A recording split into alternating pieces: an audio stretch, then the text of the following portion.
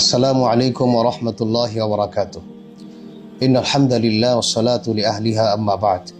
ফাআউযু বিল্লাহি মিনাশ শাইতানির রাজীম। বিসমিল্লাহির রাহমানির রাহিম। ওয়া আকিমুস সালাতা ওয়া আতুজ যাকাতা ওয়ারকাউ মা'আর রাকিঈন। ওয়া ক্বালা রাসূলুল্লাহি সাল্লাল্লাহু আলাইহি ওয়াসাল্লাম বুনিয়াল ইসলামু আলা খামস শাহাদাতি আল্লা ইলাহা ইল্লাল্লাহ ওয়া আন্না মুহাম্মাদার রাসূলুল্লাহ ওয়া ইকামিস সালাতি ওয়া ইতাইজ যাকাত ওয়াল হজ্জি ওয়া সাওমি রমাদান। জাকাত বিষয়ক আলোচনার প্রথম পর্বের শুরুতেই সকল দর্শক শ্রোতাকে ধন্যবাদ, কৃতজ্ঞতা জানিয়ে শুরু করছি আজকের আলোচনা, জাকাতের গুরুত্ব ও তাৎপর্য। জাকাত ইসলামের গুরুত্বপূর্ণ একটি স্তম্ভ বা রুকুন। সালাতের পরই জাকাতের অবস্থান। আমাদের সমাজের অনেক মানুষ সালাত ও সিয়ামের ব্যাপারে যতটা যত্নবান, জাকাতের ব্যাপারে ততটা যত্নবান নন। সালাত ও সিয়ামের গুরুত্ব যতটা অনুধাবন করেন, জাকাতের গুরুত্ব ততটা অনুধাবন করেন না, যে কারণে বহু মানুষ জাকাত আদায়ের ব্যাপারে একেবারে উদাসীন।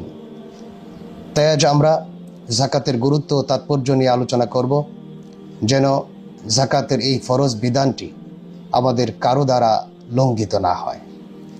প্রথমে আমরা জাকাতের পরিচয় নিয়ে আলোচনা করব।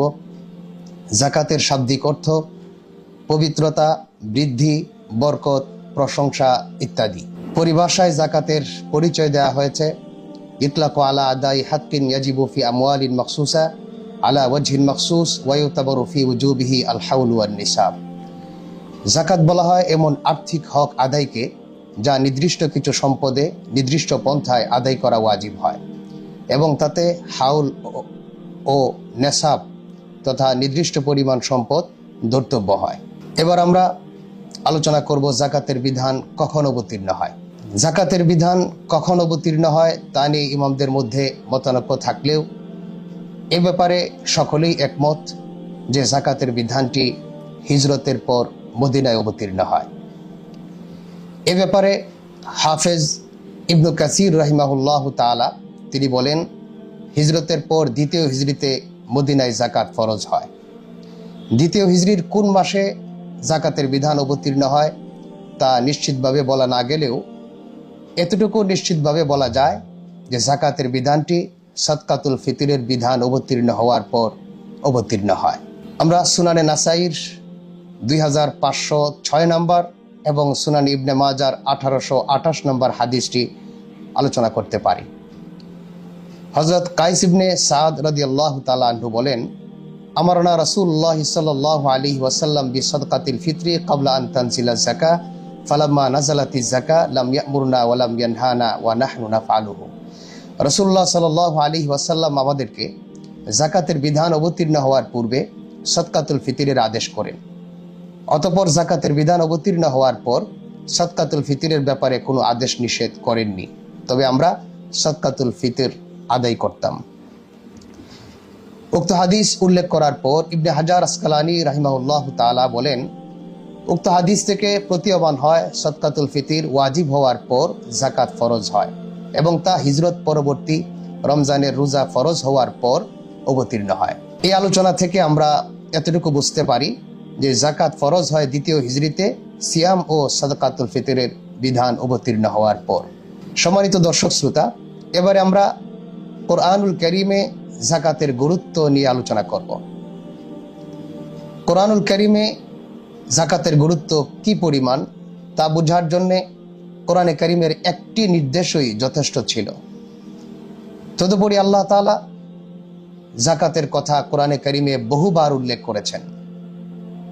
জাকাত শব্দটি কোরআনে কারীমে আলিফ লাম সহ 30টি স্থানে ও আলিফ লাম ছাড়া 3টি স্থানে ব্যবহৃত হয়েছে। তন্মধ্যে 8টি স্থান মক্কি সূরায় আর বাকিগুলো মাদানী সূরায়।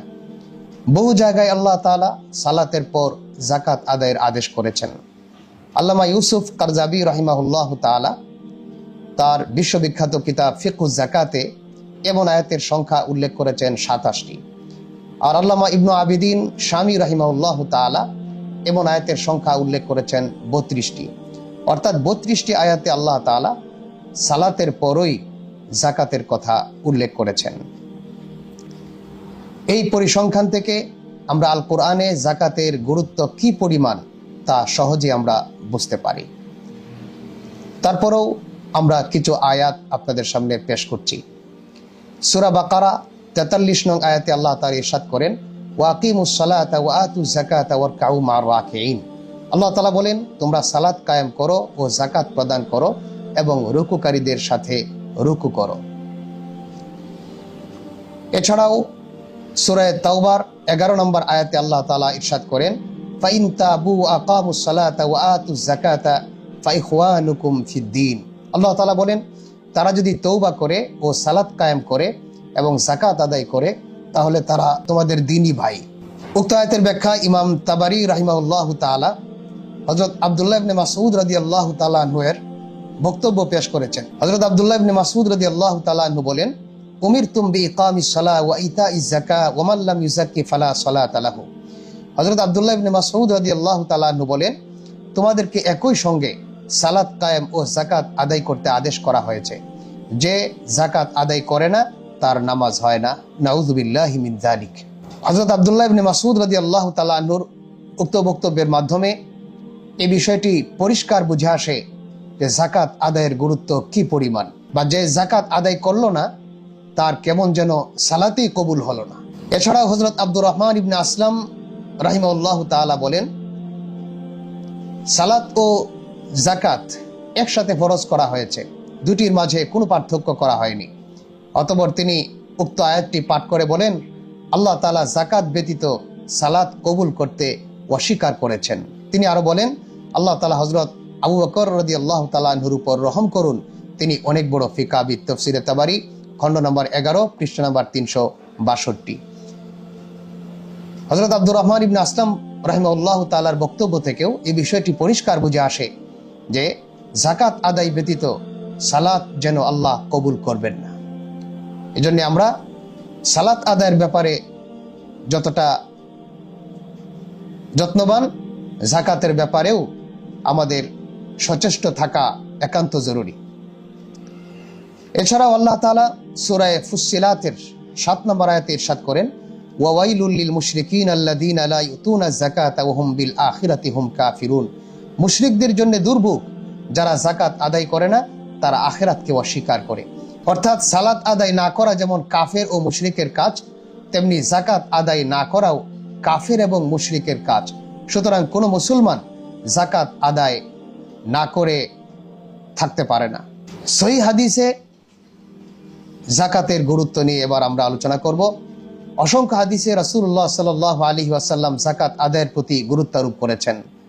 আমরা কয়েকটি হাদিস আপনাদের সামনে তুলে ধরছি। সহিহ বুখারীর হাদিস নং 8, নবীজি সাল্লাল্লাহু আলাইহি ওয়াসাল্লাম ইরশাদ করেন, বুনিয়াল ইসলামু আলা খামস, শাহাদাতি আল্লা ইলাহা ইল্লাল্লাহ ওয়া আন্না মুহাম্মাদার রাসূলুল্লাহ ওয়া ইকামিস সালাহ ওয়া ইতাইজ যাকাত ওয়াল হজ্জি ওয়া সাওমি রমাদান। নবীজি সাল্লাল্লাহু আলাইহি ওয়াসাল্লাম বলেন, ইসলামের ভিত্তি 5টি স্তম্ভের উপর। আল্লাহ তাআলা ব্যতীত আর কোনো মাবুদ নেই এবং হযরত মুহাম্মদ সাল্লাল্লাহু আলাইহি ওয়াসাল্লাম আল্লাহর রাসূল একথার সাক্ষ্য দেয়া। সালাত কায়েম করা, যাকাত আদায় করা, রোজা রাখা, সামর্থ্যবানের জন্য হজ করা। সহিহ বুখারী 1396 নম্বর হাদিসে হযরত আবু আইয়ুব রাদিয়াল্লাহু তাআলা আনহু থেকে বর্ণিত, তিনি বলেন, এক লোক নবীজি সাল্লাল্লাহু আলাইহি ওয়াসাল্লামকে বললেন, নবীজি, আমাকে এমন আমল আপনি বলে দিন যা আমাকে জান্নাতে প্রবেশ করাবে। তিনি বললেন, তুমি আল্লাহর ইবাদত করো, আল্লাহর সাথে কাউকে শরীক করো না, সালাত কায়েম করো, যাকাত আদায় করো ও আত্মীয়তার সম্পর্ক ঠিক রাখো।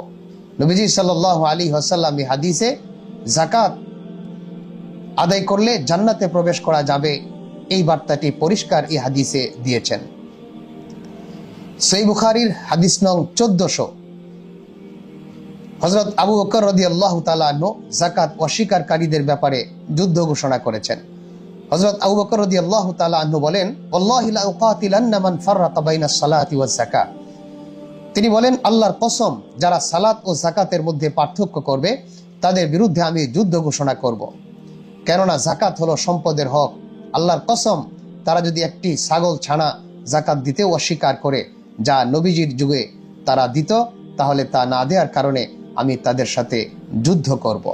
এছাড়াও জামে তিরমিজির 618 নং হাদিস, সহিহ ইবনে হিব্বান 3216 নম্বর হাদিসে নবীজি সাল্লাল্লাহু আলাইহি ওয়াসাল্লাম বলেন, ইন আদাইতা যাকাতা মালিক ফাকাদ কাযাইতা মা আলাইক।